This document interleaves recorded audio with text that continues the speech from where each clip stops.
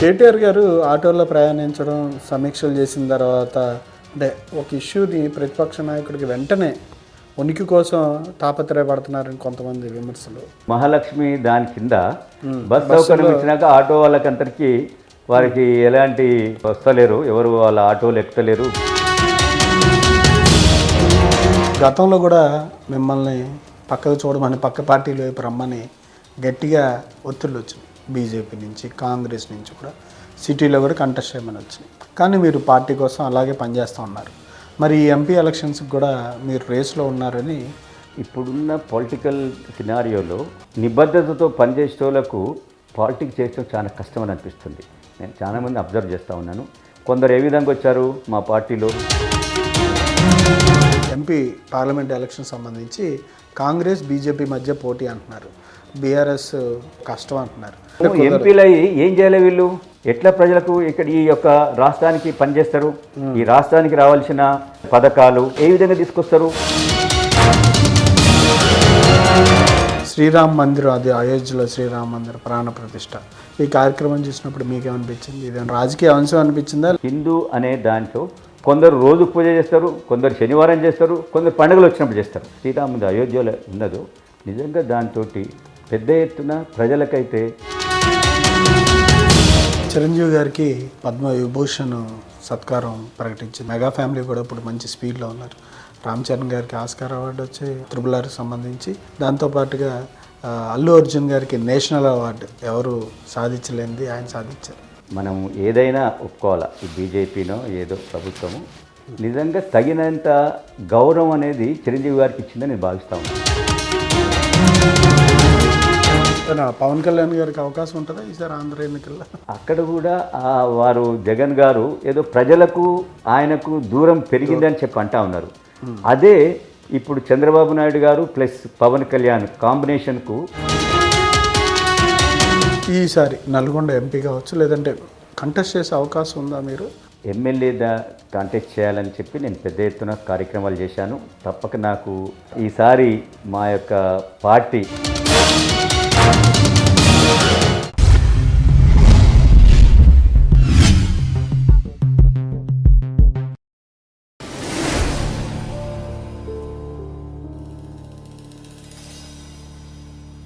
నమస్కారం సార్. నమస్తే వంశీ గారు. కాంగ్రెస్ ప్రభుత్వం ఏర్పడి ఇంకా 6 నెలలు కూడా పూర్తి కాకముందే అప్పుడే వాళ్ళ యొక్క విషయాల మీద ప్రెస్ మీట్లు పెట్టడం, లేదంటే మాట్లాడడం కేటీఆర్ గారు జరుగుతూ ఉంది. ఆయన ఆటోలో ప్రయాణించడం, ఆటో వాళ్ళ కోసమని. అంటే ఇదంతా ఉనికి కోసమని 6 నెలలు టైం ఇస్తా అన్నారు మొదట్లో. దాని తర్వాత 2 నెలలు కూడా పూర్తి కాకముందే మాట్లాడడం, అంటే 6 హామీలని వాళ్ళు నెరవేర్చలేరని కేటీఆర్ గారు చెప్పడం. అదే హామీలు కదా, దానికన్నా ఎక్కువ ₹1 ఎక్కువ ఉండే హామీలే కదా బీఆర్ఎస్ ప్రభుత్వం కూడా ఇచ్చింది. అప్పుడు దీన్ని ఎట్లా చూస్తారు?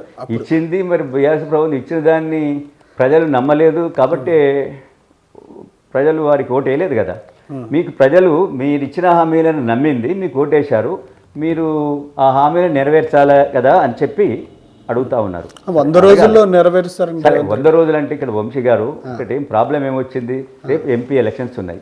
మరి ఎంపీ ఎలక్షన్స్ ముందట ఏదో విధంగా నాయకులకు ఒక ఇన్స్పిరేషన్, ఒక వారిలో ఒక వస్తువు కావాలి కదా. కావాలన్నప్పుడు మనం ప్రజల దగ్గరికి పోయేటప్పుడు ఇలాంటి కార్యక్రమాలు వారు ఇచ్చిన హామీలను విస్మరించారు. వాళ్ళ హామీలను ఎప్పుడు నెరవేర్చారో మీకు ఎట్లా ఉందంటే రేవంత్ రెడ్డి గారు ఈ 2-3 ఒక నెలన్నర రోజులుగా చూస్తున్నారు కదా వాళ్ళ మూమెంట్స్, రేవంత్ రెడ్డి గారు కానీ, కోమటిరెడ్డి గారు కానీ, బట్టి విక్రమార్క వాళ్ళ కూర్పు కానీ, ప్రజలతో మింగిలయ్యే విధానం, అలాగే కరెంటు నష్టాల గురించి మాట్లాడడం, చాలా వాటి మీద వాళ్ళు చేస్తున్న అంటే దానికి నాకు అంత డీప్గా ప్రభుత్వంలో ఉన్నది తెలియదు. కానీ ప్రజలు కొందరు అనుకుంటున్నారు నిజంగా ఇంత నష్టము పవర్ దాంట్లో ఉన్నదా, ఆ ఎలక్ట్రిసిటీ సంబంధించిన ఆ డిపార్ట్మెంట్లో ఇంత పెద్ద ఎత్తున ప్రభుత్వము పే చేయవలసి వచ్చిందా అనేది ఉంటుంది. దీనివల్ల నిజంగా కూడా మరి ఈ విధంగా బకాయిలు ఎందుకు పడ్డది అనేది మనకు తెలియదు. ఏ విధంగా ప్రభుత్వము వాటిని సమకూరుస్తుంది ఆ అమౌంట్ అనేది తెలియదు. ఇది అయితే దీనిని ప్రజలు కొద్దిగా ఆలోచన చేస్తున్నారు. మాకు కరెంట్ 24 గంటలు ఇచ్చిండ్రు, కానీ ఇంత పెద్ద ఎత్తున ఎలక్ట్రిసిటీ బోర్డుకు బకాయిలు ఉన్నది. ఇది ఎన్నటికైనా ఎలక్ట్రిసిటీ బోర్డు యొక్క మనుగడకే ముప్పు వచ్చేది ఉంది కదా అని చెప్పి అనుకుంటున్నారు. సో నాకు అంటే అందుకని 24 గంటల కరెంటు అని మనం ప్రతిరోజు అనటం కూడా మంచిది కాదు. ఎందుకంటే 24 గంటల కరెంటు ఫ్రీగా ఇస్తే 24 గంటలు కాదు 45 గంటలు కూడా ఇవ్వాలంటారు. కానీ ఎంత అవసరమో అంత ఇచ్చుడు అనేది ఇంపార్టెంట్.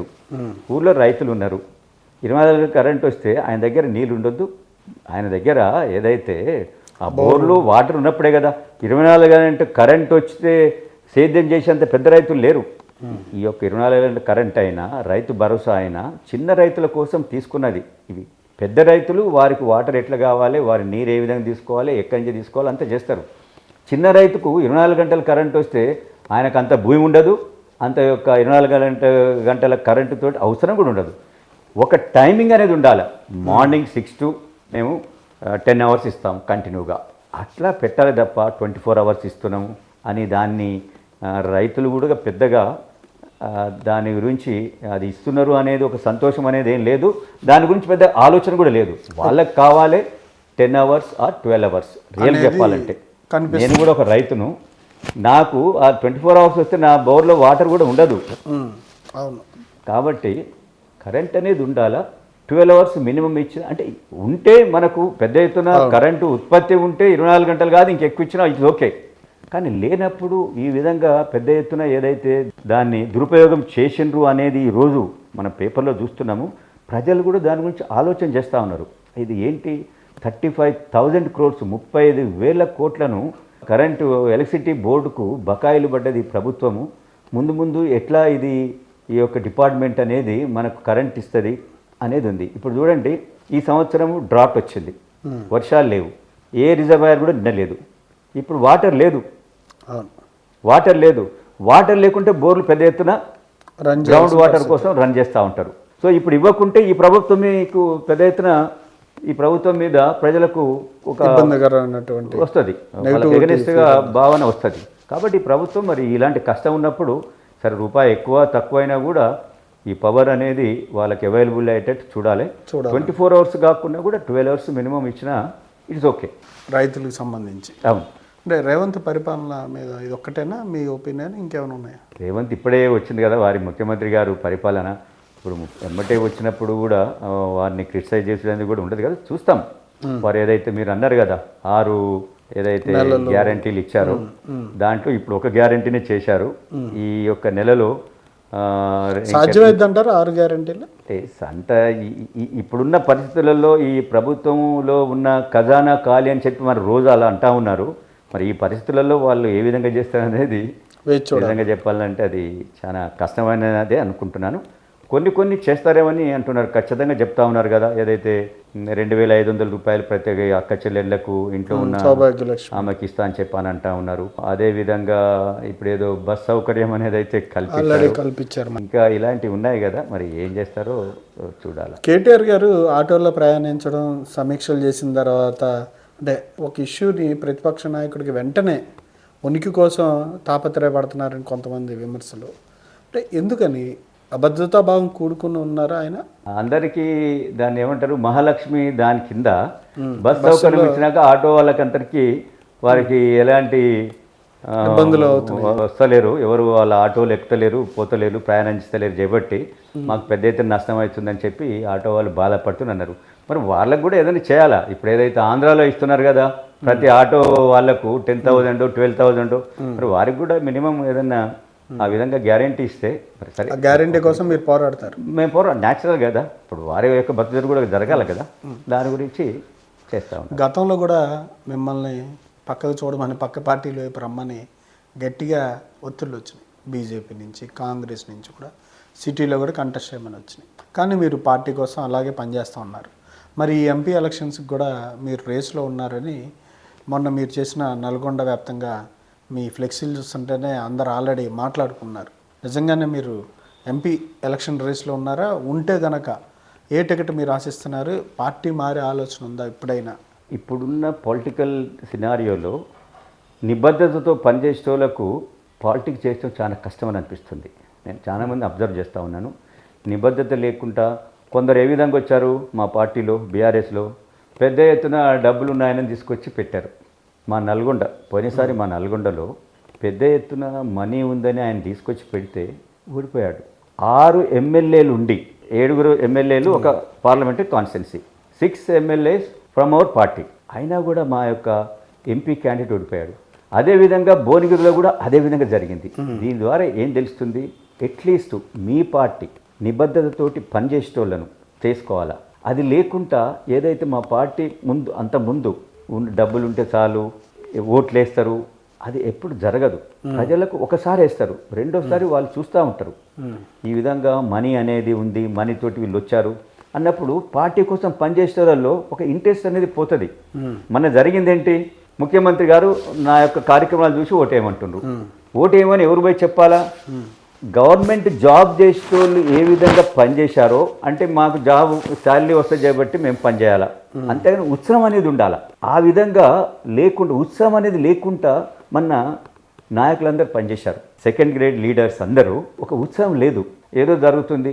ముఖ్యమంత్రి గారు చెప్పారు కదా, ఓట్లు వేస్తారు, గెలుస్తారేమో, ఓడినా ఏముందిలే, మాకు వచ్చేది ఏముంది అనే ఒక ఫీలింగ్ వచ్చేసింది. దాంతో మన ఓటమికి కారణం ముఖ్యంగా. సో అందుకని ఇప్పుడు ఎవరైతే పనిచేస్తారో, ఓడతాడా గెలుస్తాడా అది సెకండరీ, వారిని పెట్టి ఎలక్షన్స్ పోవాలి. అప్పుడే పార్టీ మీద ఒక మళ్ళీ ఏదైతే అభిప్రాయము, ఒక అంతకుముందు పార్టీలో పనిచేసే వాళ్ళకు ఈ పార్టీ పట్టించుకోదనేది ఉందో ఆ అభిప్రాయం తొలగిపోవాలి. తొలగిపోయినప్పుడే నెక్స్ట్ వచ్చే ఎలక్షన్లలో తప్పక మళ్ళీ పార్టీ రివైవ్ అవుతుంది, వచ్చేదానికి ఆస్కారం అవుతుంది. అంటే మిమ్మల్ని గుర్తించి మీకు టికెట్ ఇవ్వాలంటారు? నన్నే అని కాదు, నాట్ ఓన్లీ మీ, నాలాంటి వాళ్ళు ఎంతోమంది ఉన్నారు. ఎవరినో నాలాంటి ఉన్నోళ్ళని గుర్తించేయండి. కానీ ఎక్కడో ఉన్నాడు ఆయన పెద్ద ఎత్తున డబ్బులు పెడతాడో లేకుంటే ఇంకేదో ఉందో అని ఇస్తే ఏం లాభం చెప్పరి? మనీ ఓకే, మనీ కూడా కావాలి. మనీతోటి మీరు చేస్తే ఈ నాయకులతో పనే లేదు. ఎవడు డబ్బులు ఉన్నాయో వాడు వస్తాడు, కాంటాక్ట్ చేస్తాడు, పోతాడు. ఒకటే నాయకుడు ఉండాలా, పార్టీకి ఒక నాయకుడు ఉండాలి. మిగతా ఆయన ఎవరు డబ్బులు ఉన్నా వాళ్ళు సెలెక్ట్ చేసుకుంటాడు, వాడు గెలిస్తే ఉంటాడు, లేకుంటే ఇంటికి పోయి ఆయన పని ఆయన చేసుకుంటాడు. ఏం పని లేదు కదా. కానీ మీరు వేరే పార్టీ వైపు ఏమైనా చూసే ఆలోచన ఈసారి? నేను ఎందుకు లేదంటే, సరే ఒక పార్టీలో ఉన్నాము, కొన్నిసార్లు ఈ విధంగా కష్టాలు అనేది వస్తుంది, కానీ నాయకుడు గుర్తిస్తాడు. అలాంటి పరిస్థితి వస్తుందని చెప్పి మనం ఆ విధంగా పోవడం మంచిది కాదు అనే ఉద్దేశంతో నేను ఉన్నాను తప్ప వేరే కారణం కాదు. అట్లా ఏం కాదు అంటే పార్టీ మారే ఆలోచన అయితే కాదు. ప్రస్తుతానికైతే పార్టీ మారే ఆలోచన అయితే నాకేం లేదు. ఎందుకంటే నేను ఎమ్మెల్యే ఎలక్షన్స్ అప్పుడు రమ్మన్నప్పుడు నేను పోలేదు. ఇప్పుడు పోయి చేసేదేం లేదు కదా, ఇప్పుడేం లేదు కదా. కానీ నేను ఏదో ల్యాండ్ బిజినెస్ చేస్తూని గాను, పైరవీలు చేస్తూని గాను, నేను ఓన్లీ పార్టీకి పనిచేస్తా, ప్రజలకు ఏమైనా కష్టం ఉంటే పనిచేస్తా, నా పని నేను చేసుకుంటా. అంతేగాని వేరే దాంట్లో పోయి ప్రజలను పీడించేదానికో, ప్రజలు ఏదో వారి మీద పెట్టి నేను లబ్ధి పొందాలను అది లేదు. చేయబట్టి నాకు ఏ ప్రభుత్వం ఉన్నా నాకేం డిఫరెంట్ ఏమి ఉండదు. ఒకటి, నేనున్న పార్టీ ఉన్న ప్రభుత్వం ఉంటే నేను నా ద్వారా కొందరు ప్రజలకు పనిచేస్తా అని చెప్పే ఉద్దేశమే. నా ద్వారా అంతో ఇంతో ప్రజలకు మేలు జరగాలి, ఎందుకంటే నేను పాలిటిక్స్లో ఉన్నా, అదే నా ఉద్దేశం తప్ప నాకేదో మేలు జరగాలి ఈ ప్రభుత్వం లేదు చేయబట్టి నాకేదో. నేను 10 ఏళ్లలో మీరు ఏ నాయకునైనా అడగండి, నేను పోయి నా సొంత పని ఒక రూపాయి పని కూడా నేను చేసుకోలేదు. నేను పార్టీలో ఉండి నేను రూపాయి ఖర్చు పెట్టినోనే కానీ, ఎందుకంటే ఏదైనా పార్టీ పని కోసం వేరే దగ్గర పోయినాం, నా డబ్బులే నేనే ఖర్చు పెట్టి పనిచేసాను తప్ప నేను పార్టీ మీద ఆధారపడి నేను ఎప్పుడు లాభపడో లేకుంటే దాని ద్వారా లబ్ధిను నేను పొందలేదు. సార్, ఈ ఎంపీ పార్లమెంట్ ఎలక్షన్ సంబంధించి కాంగ్రెస్ బీజేపీ మధ్య పోటీ అంటున్నారు, బీఆర్ఎస్ కష్టం అంటున్నారు. దీన్ని మీరు ఎట్లా చూస్తారు? నిజంగానే ఎంపీ పార్లమెంట్ ఎలక్షన్స్లో బీఆర్ఎస్కి ఎట్లాంటి పరిస్థితులు రాబోతున్నాయి అంటున్నారు? అంటే మీ విశ్లేషణ ఏంటి దీంట్లో? నాది విశ్లేషణ అంటే, నేను మిగతా సీనియర్ జర్నలిస్టులు కలిసినప్పుడు నేను తెలుసుకున్నది ఏంటంటే, మా పార్టీ కూడా ఏదో ఒక లైన్ తీసుకోవాలి. ఇప్పుడు చూడండి, మీరు తమిళనాడులో ఉన్నది డిఎంకే, కాంగ్రెస్కు కొద్దిగా ఎగనిస్తే, బీజేపీకి ఎగనిస్తే రీజనల్ పార్టీ, కానీ వాళ్ళు ఒక కూటమిలో ఒక భాగమైనరు. సో అదేవిధంగా మా పార్టీ కూడా ఏదో ఒక కూటమికి ఉండాలి. ఎంపీలు అయ్యి ఏం చేయాలి వీళ్ళు? ఎట్లా ప్రజలకు ఇక్కడ ఈ యొక్క రాష్ట్రానికి పనిచేస్తారు?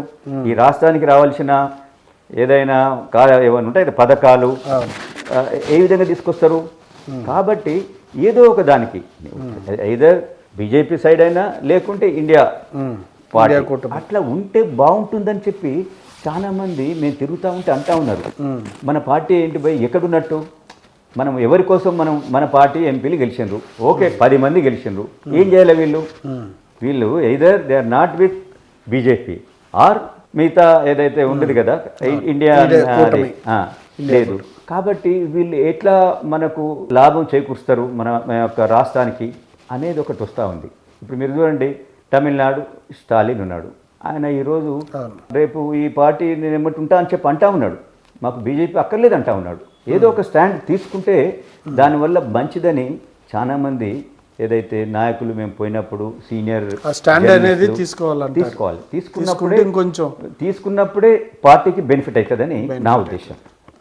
శ్రీరామ్ మందిరం, అది అయోధ్యలో శ్రీరామ్ మందిరం ప్రాణ ప్రతిష్ట, ఈ కార్యక్రమం చూసినప్పుడు మీకేమనిపించింది? ఇది రాజకీయ అంశం అనిపించిందా, లేదంటే ఇది రాజకీయానికి అతీతంగా నిజంగా ప్రతి హిందూ మనం రోజు నిజంగా చెప్పాలంటే పూజ అయితే చేసుకుంటాం కదా, మన ఇంట్లో ప్రతి ఇంట్లో హిందూ అనే దాంట్లో కొందరు రోజు పూజ చేస్తారు, కొందరు శనివారం చేస్తారు, కొందరు పండుగలు వచ్చినప్పుడు చేస్తారు. కానీ మన ఇంట్లో తప్పక ఒక దేవుడు, రాముడు, కృష్ణుడు లేకుంటే వెంకటేశ్వర స్వామి ఉంటారు. కాబట్టి మనము ఆ ఏదైతే శ్రీరాముడి అయోధ్యలో ఉన్నదో నిజంగా దాంతో పెద్ద ఎత్తున ప్రజలకైతే ఒక మంచి భావన కలిగిందని నేను భావిస్తున్నాను. చిరంజీవి గారికి పద్మవిభూషణ్ సత్కారం ప్రకటించిన తర్వాత ప్రభుత్వం, అట్లాగే మెగా ఫ్యామిలీ కూడా ఇప్పుడు మంచి స్పీడ్లో ఉన్నారు. రామ్ చరణ్ గారికి ఆస్కార్ అవార్డు వచ్చి RRRకి సంబంధించి, దాంతోపాటుగా అల్లు అర్జున్ గారికి నేషనల్ అవార్డు ఎవరు సాధించలేనిది ఆయన సాధించారు. అంటే ఒక ఫోర్స్లో ఉంది. మీరు ఆయన్ని కలిసినప్పుడు అభినందనలు తెలపడానికి వెళ్ళారు? నేను 25th నైట్ వారికి అనౌన్స్ చేశారు, నైట్ చేశారు. అవును. 26th నాడు నేను మా కాలేజీ ఫ్లాగ్ హెస్టింగ్కి పోయి నేను ఈవినింగ్ పోయి కలిశాను. నిజంగా అంటే అది మనం ఏదైనా ఒప్పుకోవాలా, ఈ బీజేపీనో ఏదో ప్రభుత్వము నిజంగా తగినంత గౌరవం అనేది చిరంజీవి గారికి ఇచ్చిందని నేను భావిస్తా ఉన్నాను. కేంద్రం. కేంద్రం. ఎందుకంటే అంతకుముందు వారికి పద్మభూషణ్ వచ్చింది, ఇప్పుడు పద్మవిభూషణ్. అంటే కాంగ్రెస్ ప్రభుత్వం పద్మభూషణ్ ఇచ్చింది, అంటే అప్పుడున్న కాంగ్రెస్ ప్రభుత్వం కూడా ఈయన గుర్తించింది. ఈరోజు బీజేపీ ప్రభుత్వం కూడా ఈయన గుర్తింది. అంటే ఎవరైతే సొసైటీలో పనిచేస్తూ ఉన్నారో వారు నాట్ ఓన్లీ ఇప్పుడు మెగాస్టారే కాదు, వారు మొన్న ఏదైతే కరోనా సమయంలో వారి యొక్క ఫిలిం ఏదైతే దాంట్లో పనిచేసిన ఆ యొక్క కార్మికులకు వారందరికీ కూడా హెల్త్ కాకుండా వారికి తగిన వారికి కావాల్సిన ఏది మన సరుకులు కూడా వారు ఇప్పించి తన ప్రేమ వారి మీద చూపించిండు. ఇవన్నీ వారి బ్లడ్ బ్యాంక్ తోటి పెద్ద ఎత్తున వారు ప్రజలకు కావాల్సిన ఎవరైతే బ్లడ్ కావాల్సిన వాళ్ళందరికీ కూడా అక్కడి నుంచి వారు ఇవ్వటము, ఇవన్నీ కూడా దృష్టిలో పెట్టుకొని కేంద్ర ప్రభుత్వం ఇచ్చిందంటే రియల్లీ చాలా సంతోషం. అది మెగా ఫ్యామిలీలో ఈరోజు మీరు అన్నట్టు రామ్ చరణ్ ఆ యొక్క సినిమా ద్వారా ఆస్కార్లో ఆ సినిమా అక్కడ దాకా పోవటం, రెండవది అర్జున్కు నేషనల్ అవార్డు, అంటే 69 సంవత్సరాలలో మన తెలుగు యాక్టర్కు national award, best actor national award రానప్పుడు ఇతనికి రావటం, ఇప్పుడు మెగాస్టార్ చిరంజీవి గారికి ఇది రావటం నిజంగా చాలా సంతోషకరమైన విషయము. నిజంగా మెగాస్టార్ వాళ్ళ యొక్క అభిమానులే కాకుండా ఎంటైర్ తెలుగు ఇండస్ట్రీ, తెలుగు ప్రజలందరూ కూడా వారికి ఈ యొక్క అవార్డు రావటం అనేది వాళ్ళు ఎంతో సంతోషపడుతుందని చెప్పి భావిస్తాను. నేను కలిసినప్పుడు కూడా ఆ యొక్క సంతోషాన్ని చిరంజీవి గారు నాతో పంచుకున్నారు. పవన్ కళ్యాణ్ గారికి అవకాశం ఉంటుందా ఈసారి ఆంధ్ర ఎన్నికల్లో? తప్పక నేను అనుకుంటున్నాను. అక్కడ కూడా వారు జగన్ గారు ఏదో ప్రజలకు ఆయనకు దూరం పెరిగిందని చెప్పి అంటా ఉన్నారు. అదే ఇప్పుడు చంద్రబాబు నాయుడు గారు ప్లస్ పవన్ కళ్యాణ్ కాంబినేషన్కు లాభం చేకూరుస్తుందని చెప్పి చాలామంది భావిస్తున్నారు. నేను కూడా ఆ విధంగా జరగవచ్చని చెప్పి నేను అనుకుంటా ఉన్నాను. ఈసారి నల్గొండ ఎంపీ కావచ్చు, లేదంటే కంటెస్ట్ చేసే అవకాశం ఉందా? మీరు అవకాశం ఇస్తే ఏ సెగ్మెంట్ అనుకుంటున్నారు? వంశీ గారు, నేను నిజంగా చెప్పాలంటే ఎమ్మెల్యే కంటెస్ట్ చేయాలని చెప్పి నేను పెద్ద ఎత్తున కార్యక్రమాలు చేశాను. తప్పక నాకు ఈసారి మా యొక్క పార్టీ నాకు తగిన విధంగా నాకు కల్పిస్తుంది, టికెట్ ఇస్తుంది, నాకు నేను కాంటెస్ట్ చేసేదానికి వీలు కల్పిస్తుందని నేను భావించాను. కానీ ఏ రోజు కూడా ఎందుకు కల్పిస్తలేదో చెప్పలేదు, ఎందుకు నెక్స్ట్ కల్పిస్తామని అనలేదు, లేకుంటే కల్పిస్తలేమంటే బాబు నీవు ఇంకా ఈ కార్యక్రమాలు నువ్వు చేయలేకపోయినావు, నువ్వు దీంట్లో అంటే పార్టీ అనుకున్న దానికి నువ్వు మీట్ కాలేకపోయినావు ఎక్కడ చెప్పలేదు. ఏదైతే ఎమ్మెల్యేలు నేను అడిగిన కాన్స్టిట్యున్సీలే కాక మిగతా దగ్గర కూడా ఎమ్మెల్యేల మీద పెద్ద ఎత్తున ప్రజలలో ఒక ఏవగింపు ఉన్నా కూడా వారినే పెట్టుకొని ముందుకు పోయి నాలాంటి వాళ్ళని ఎంతోమందిని విస్మరించి ఈ పార్టీ పెద్ద ఎత్తున నష్టపోయేదానికి ఆస్కారం జరిగిందని భావిస్తూ ఉన్నాను. ఇప్పుడు కూడా తప్పక కంటెస్ట్ చేయమని రాజకీయాలలో ఉన్నప్పుడు కాంటాక్ట్ చేసి మనం మన యొక్క సత్తా అనేది చూపించాలా. ఇచ్చినప్పుడు డెఫినెట్లీ నేను చేసేదానికి ఉన్నాను. బట్ నాకు ఇంతవరకు అయితే నాకు ఎలాంటి పిలుపు అయితే రాలేదు. పిలుపు వస్తే డెఫినెట్ నేను కాంటాక్ట్ చేస్తాను. కంటెస్ట్ చేస్తారు ఎంపీకి. Yes. Okay sir, thank you sir, thank you very much. ఇదండి డాక్టర్ కంచెల చంద్రశేఖర్ రెడ్డి గారి ఆలోచనలు. కేసీఆర్ ఫౌండేషన్ అధినేత అయినటువంటి కంచెల చంద్రశేఖర్ ఆలోచనలు ప్రధానంగా నియోజకవర్గాల్లో పార్టీకి పనిచేసిన వాళ్ళని గుర్తించి గౌరవించి ఈసారి నుంచి అయినా పార్టీ వాళ్ళని మరింత రెస్పాన్సిబిలిటీగా బిహేవ్ చేస్తే బీఆర్ఎస్ పార్టీ మరింత ఉన్నతికి ఎదగడానికి మళ్ళీ ఎంపీ ఎలక్షన్స్లో ఒక రేంజ్లో ఉండడానికి పనిచేస్తుందని, అట్లాగే ఏదైనా ఒక కూటమితో జత కడితే బాగుంటుందనే అభిప్రాయాన్ని కూడా ఆయన ఈ పార్లమెంట్ ఎలక్షన్స్లో బాగుంటుందనే అభిప్రాయాన్ని కూడా ఆయన వెలువచ్చారు. అట్లాగే పార్టీ కోసం ఏ నిర్ణయమైనా తీసుకుంటానని ఖచ్చితంగా ఆదేశిస్తే, కేసీఆర్ గారు ఆదేశిస్తే పోటీకి తను ముందు వరుసలో ఉంటానని ఈ సందర్భంగా ఆయన తెలియజేశారు. Thank you sir.